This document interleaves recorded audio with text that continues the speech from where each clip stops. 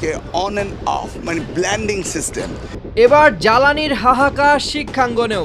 বৈশ্বিক জ্বালানি সংকটের চরম ধাক্কা এবার সরাসরি এসে লেগেছে দেশের শিক্ষা ব্যবস্থায়। ইরান যুদ্ধ পরিস্থিতির কারণে বিশ্বজুড়ে যে ভয়াবহ জ্বালানি সংকট তৈরি হয়েছে তার প্রভাব এবার পড়বে সাধারণ শিক্ষার্থীদের উপরেও। জ্বালানি খরচের লাগাম টানতে বাধ্য হয়েই মহানগর এলাকার স্কুল কলেজগুলোতে সশরীরে ক্লাসের পাশাপাশি পুনরায় অনলাইন ক্লাস চালুর উদ্যোগ নিয়েছে শিক্ষা মন্ত্রণালয়। নোভা এলইডি টিভি, ঝকঝকে ছবি, নিখুঁত শব্দ, 5 বছরের ওয়ারেন্টি। নোভা মানে সঠিক মান, নিশ্চিত সেবা। জ্বালানি অস্থিরতার এই ধাক্কায় কিভাবে হবে ক্লাস? মন্ত্রণালয়ের বর্তমান পরিকল্পনা অনুযায়ী শিক্ষা প্রতিষ্ঠানগুলোতে প্রাথমিকভাবে সপ্তাহে 6 দিন ক্লাস রাখা হবে।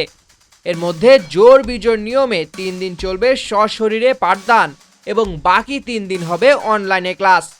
অর্থাৎ কোনো শিক্ষার্থীর শনিবার অনলাইনে ক্লাস হলে রোববার তাকে সশরীরে শিক্ষা প্রতিষ্ঠানে যেতে হবে। তবে এই সময়ে শিক্ষকরা প্রতিষ্ঠানে উপস্থিত থেকেই অনলাইনে পাঠদান করবেন এবং ব্যবহারিক বা প্র্যাকটিক্যাল ক্লাসগুলো বাধ্যতামূলকভাবে সশরীরেই নেওয়া হবে।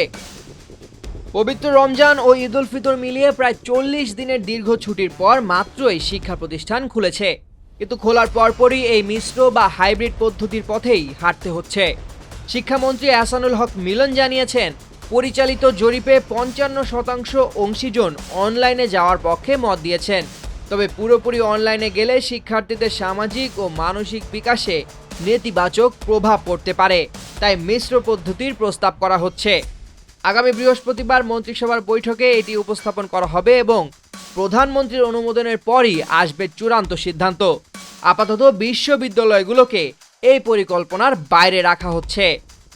করোনার সময় শিক্ষা প্রতিষ্ঠান বন্ধ রেখে অনলাইনে ক্লাসের যে বিকল্প চালু করা হয়েছিল, বিভিন্ন গবেষণায় তার কার্যকারিতা অত্যন্ত সীমিত বলেই প্রমাণিত হয়েছে।